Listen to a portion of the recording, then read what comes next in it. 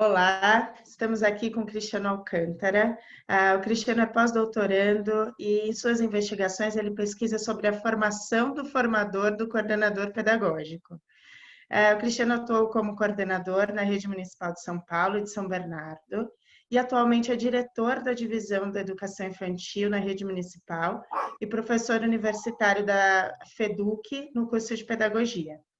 O Cristiano é líder do GECOL, Grupo Colaborativo de Estudo e Pesquisa da Formação Continuada Docente.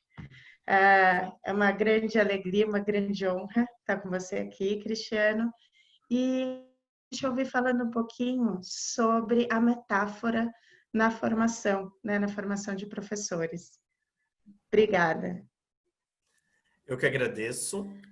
Acho que é importante contextualizar para quem nos assiste, que foi o GECOL que acabou nos aproximando, né? A Renata foi com a Mônica Fujikawa no encontro do GECOL, e desde lá, para sorte ou azar dela, nós fomos nos aproximando, e ela hoje me chamou para partilhar essa parte do projeto dela, que eu fico muito lisonjeado de ser chamado, tá? E vou tentar dar a minha colaboração.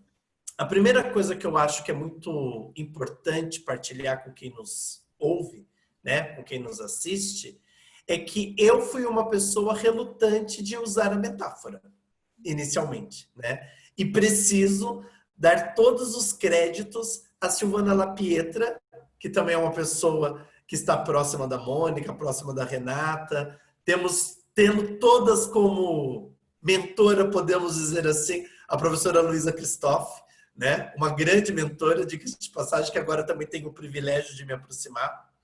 E a Silvana tem uma dissertação que estuda isso de forma muito aprofundada e sempre me provocando. Ela foi nossa assessora por 3 anos na secretaria e ela vem em parceria comigo, né?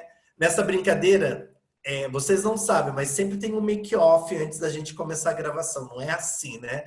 E no make-off eu estava brincando com a Renata que o que eu pesquiso parece quase um trava-língua, né? Porque a formação do formador, do coordenador pedagógico, até chegar lá no professor, parece aquele telefone sem fio, né?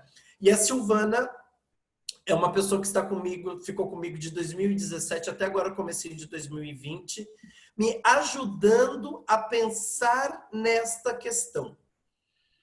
E quando eu vou fazer parte do meu pós-doutorado agora em Portugal, que eu fui recepcionado por Sara Barros, né? Ficava uma questão muito pesada, ficou uma questão muito pesada para mim, assim,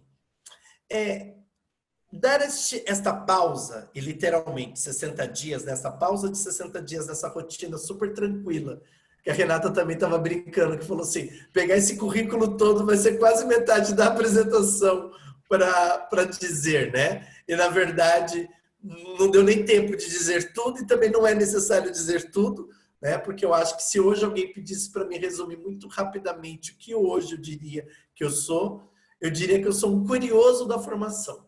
Eu acho que se eu pudesse colocar lá no Lattes, curioso da formação e líder do GECOL, eu já me daria por muito contente, né? E fui tentar entender a potência de não ser tão assertivo, porque quem leu um pouco do que eu já escrevi, ou quem já me viu falar, ou quem acompanha a minha série lá para fora da caixinha, sabe que eu defendo com unhas e dentes a assertividade, né? Eu acredito que é papel ético de quem se dispõe a estar na gestão, e aí seja como diretor, assistente ou como coordenador, é papel ético dele chamar o seu grupo à profissionalização, que é uma outra categoria que eu acho que é muito importante. Não vai dar tempo de limpar ela inteira aqui, claro, teria que ser vários encontros para isso. Quem sabe se ela fizer a versão 2, e aí eu posso até vir disposto a limpar um pouco a questão da profissionalização, mas eu acho que é importante isso.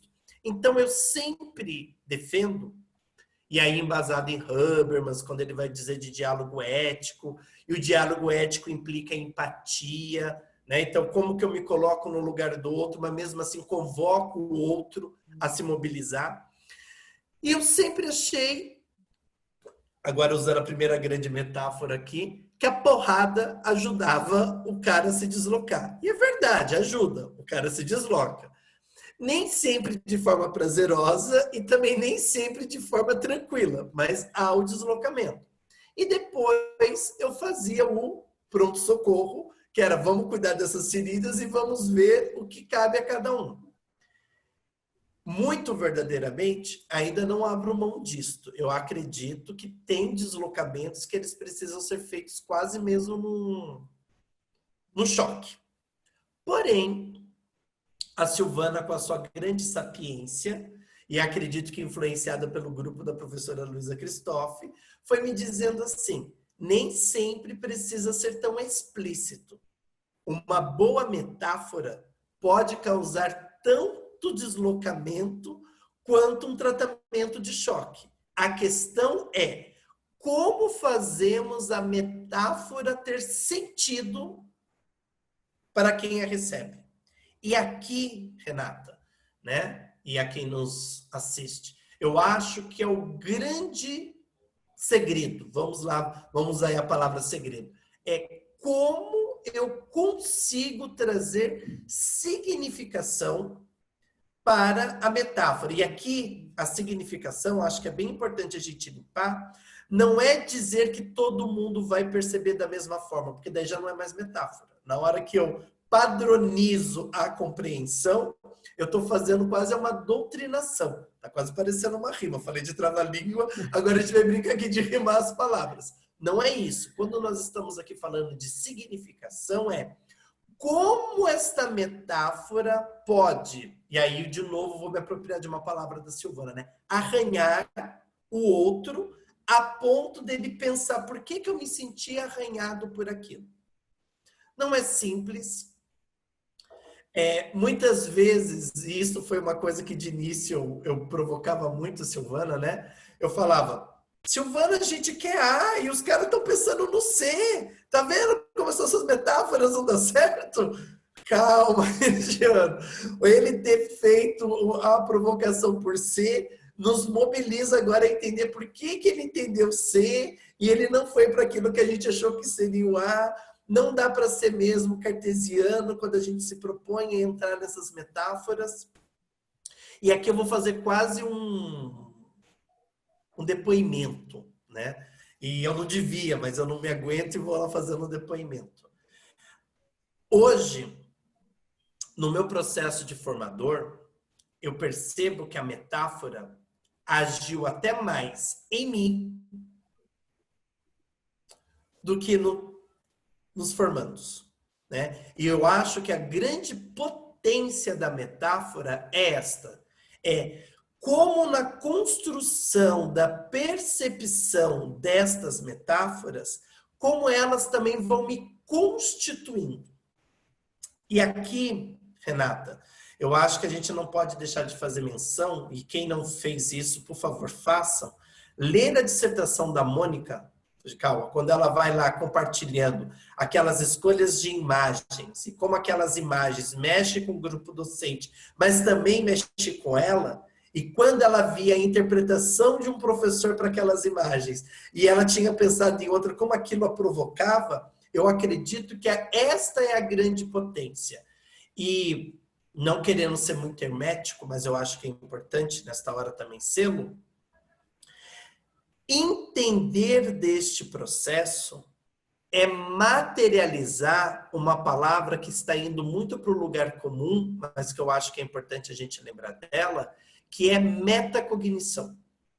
Porque hoje eu vejo que a maior riqueza que eu posso dar para um grupo, partilhar com um grupo, né, é contar como é o meu pensamento para chegar a determinadas conclusões, a determinadas construções. Porque, no fundo, o que nós queremos enquanto formadores? Que os docentes sejam pessoas que se questionem daquilo que eles fazem. Só que se eu, na proposição formativa, não trouxer isto materializado, fica a impressão de que eu passo um receituário para o outro. Então, olha que louco, né? Eu quero passar uma receita para alguém, mas que quando ele efetivar a receita seja uma outra coisa, né? E isso é algo que me impulsiona, me mexe muito, mesmo dentro do curso de pedagogia. Nós somos extremamente prescritivos nas aulas, mas nós gostaríamos que os professores tivessem comportamentos superativos, integradores, olha, nem inter, tá? Transdisciplinar, mas na hora que nós estamos formando estes pedagogos, nós somos extremamente escoláticos. Carteira, nunca atrás da outra. Então, a gente fala de vivências, de experiências de uma maneira extremamente prescritiva. Tem para ser caridoso, uma contradição. Sendo cristiano na assertividade, eu já uso o termo mesmo esquizofrenia, muito clara aí, né? Então, como que a gente partilha, e aí não é à toa que o meu grupo chama de colaborativo, né? Então, como a gente faz em colaboração a interpretação das metáforas como uma estratégia de formação. E aí, eu gostaria que a gente também desse mais um degrauzinho, fazer aí uma provocação a quem nos assiste. Zimmermann vai falar de conhecimento tácito docente.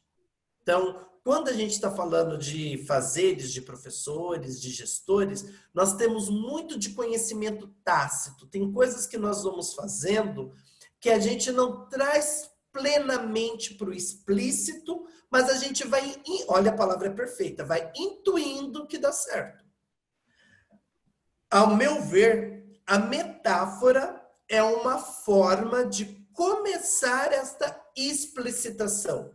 Não é simples sair do implícito, desse tácito, e ir direto para o explícito. A metáfora pode ser, e cada vez mais eu acredito nisso, a maneira que a gente vai trazendo quem está ainda muito nesse tácito para algo explícito. Então, é uma maneira de eu me desvelar sem me sentir nu no primeiro momento e aos poucos eu vou compreendendo que o que eu acho que é desvelar do outro é muito do meu desvelar também, né? E aí é impossível a gente não passar pela psicanálise, não ir lá beber um pouco da psicologia, né? Então, essa coisa da constituição de eu precisar do outro para me constituir, isso é muito sério, isso é muito forte, e acredito que a gente ainda não usa de toda a potência. Então, a gente acredita ou que o outro me subjuga, ou que eu subjugo o outro. Mas eu tenho uma dificuldade muito grande de entender que, em grande medida, o outro é um espelho de mim também. E eu preciso do outro para conseguir me enxergar melhor. E a metáfora é uma maneira de fazer a aproximação disto que é muito, desculpa, vai ter que ser 3 muitos na sequência, difícil de se fazer. Desvelar-se,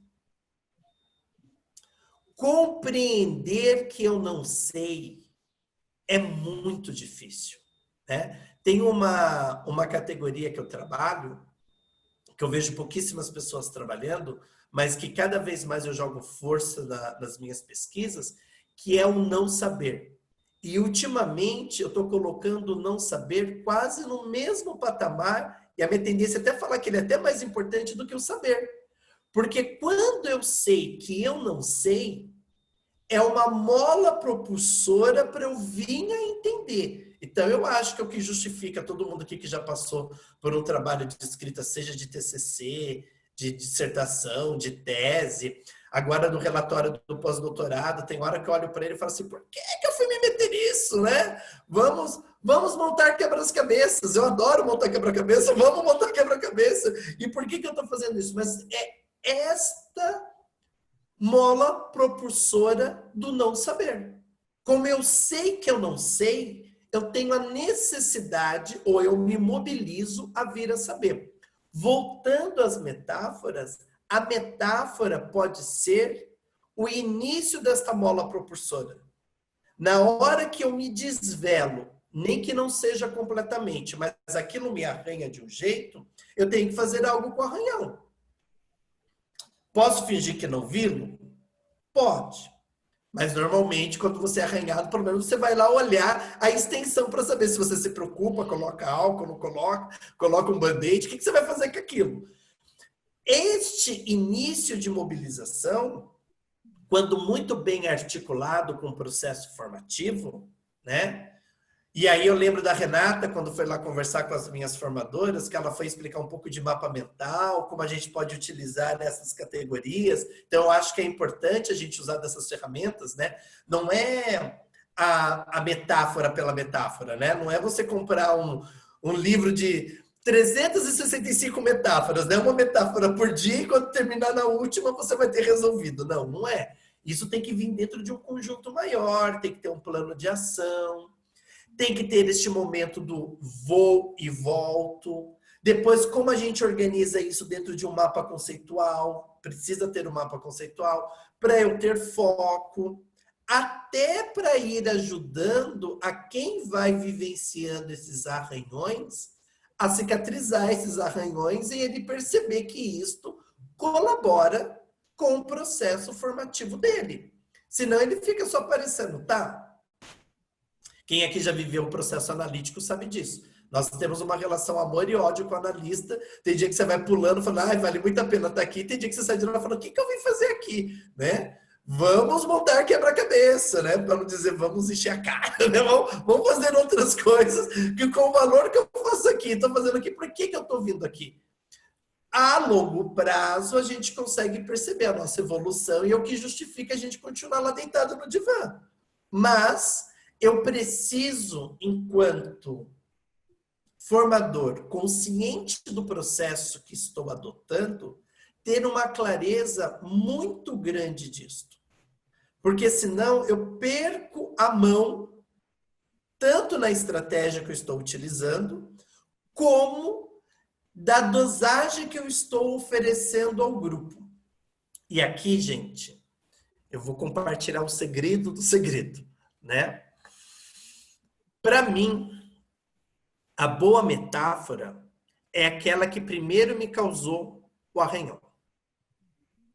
Eu posso, até quando compartilhar ela com alguém, não causar o arranhão da mesma profundidade e nem da mesma maneira.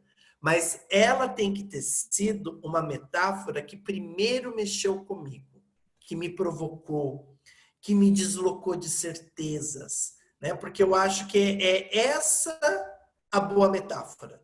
É aquela que não é explícita, por isso que ela é metafórica.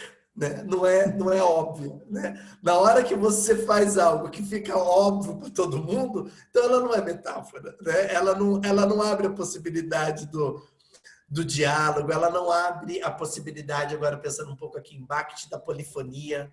Né? Ela tem que ser polifônica, né? Ela tem que trazer muitas nuances, muitas possibilidades de construções.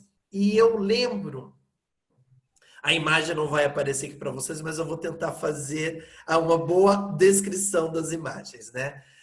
Eu compartilhei que nessa minha viagem, eu fui batendo fotos de muitas portas. E, a primeiro momento, sem um motivo plausível. Não foi assim, vou bater foto para... Fui batendo fotos.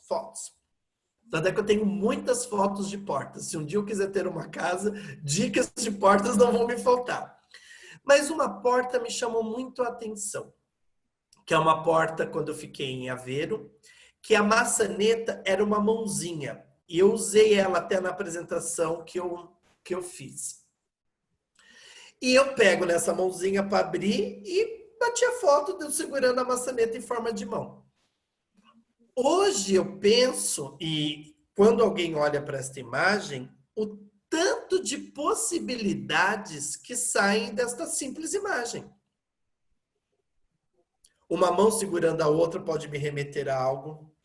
Uma porta com uma mão pode me remeter a algo. Então, assim, como que isso vai abrindo possibilidades das pessoas se provocarem de N formas? Então, se de repente eu estou num momento que eu sou muito solidário com um grupo e não sinto isto como uma relação de mão dupla, eu levo isto para um lado.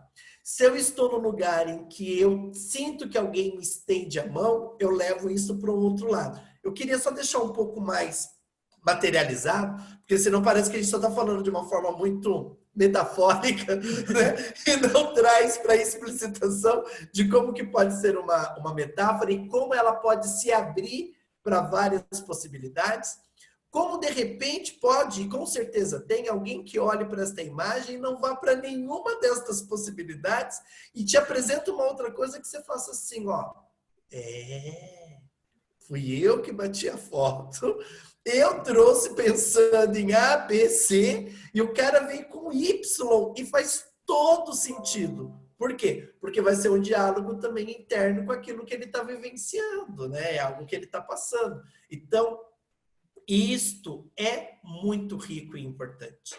Ter consciência disto é mais de meio caminho andado para uma intencionalidade do processo formativo. Porque muitas vezes a gente fala muito de intencionalidade docente.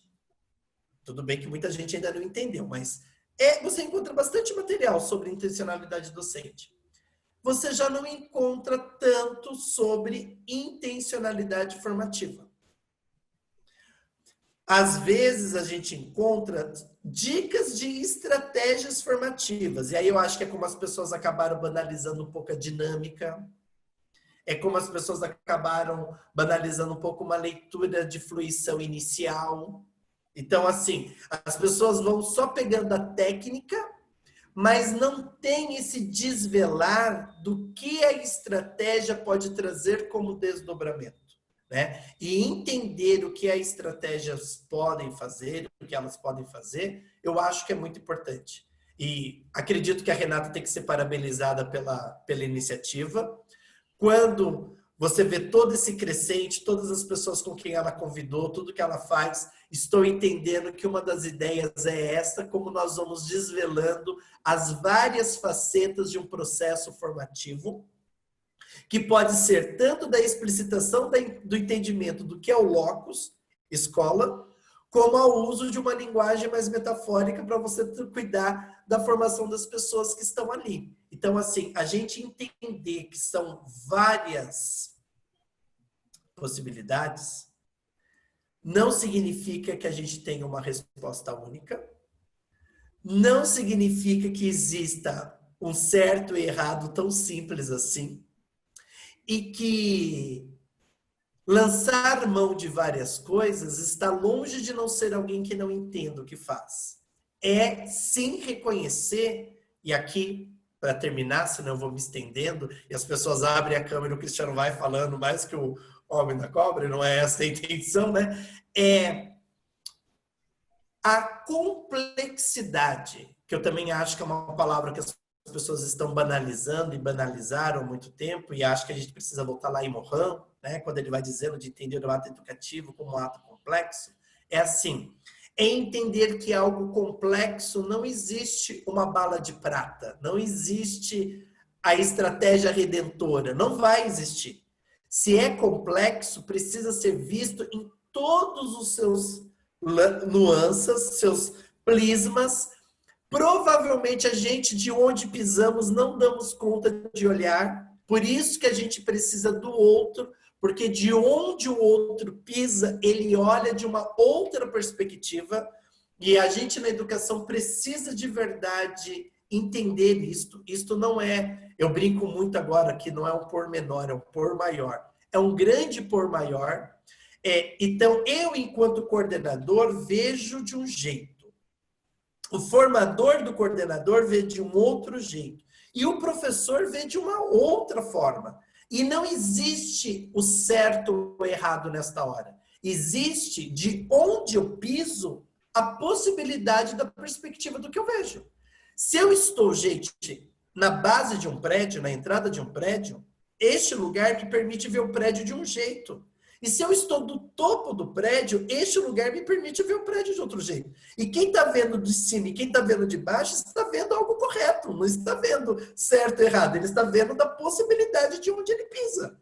Então, olha aí, outra metáfora para tentar explicar o processo de formação e de pontos de vistas. E como que isso vai nos ajudando a limpar certas certezas. Então, quando voltamos lá em Morin e pensamos na complexidade, é como a ciência da complexidade vai me permitir, e agora a última metáfora, abrir a minha caixa de ferramentas e saber qual a melhor ferramenta para aquela situação que eu estou vivendo, que eu estou compartilhando, que eu estou experienciando, que o ideal seria isso, que a gente experienciasse as situações, né? É o que me motiva nas minhas pesquisas, é o que me faz acreditar muito no GECOL, acreditar nas propostas de que em colaboração a gente sempre vai avançando. Espero sinceramente ter colaborado. Eu sei que é uma enxurrada de informações, vai lá um monte de coisa ao mesmo tempo, mas é isso. Não daria para falar de uma coisa complexa sem trazer várias outras coisas, senão estaria sendo reducionista, e acredito com certeza que esse lindo projeto não tem, em hipótese nenhuma, a ideia de ser reducionista, muito pelo contrário. Eu acho que é até apresentar mais problemas, mais reflexões do que respostas. Muito obrigado pelo convite, Renata, espero ter colaborado. Eu quem agradeço muito a te ouvir, me deu vontade de fazer várias perguntas durante a escuta, porque sim, foi um lugar de problematização, e você falou disso em algum momento, né, de nós propomos aos professores que vivenciam, que criem situações de experiência, né, com seus alunos na sala de aula, e muitas vezes não é o que oferecemos a eles na sua própria experiência de formação. E você foi tecendo isso no decorrer, né, ao falar das linguagens, do que a gente pode criar de campo que atravesse e provoque no professor as suas reflexões, as suas perguntas e essa complexidade. Eu estou muito feliz de te ouvir. Agradeço muito pela disponibilidade, pela partilha e, sem dúvida, vai ser um lugar de contribuição para as pessoas que tiverem a oportunidade de te ouvir. Então, mais uma vez, obrigada. Imagina, eu que agradeço.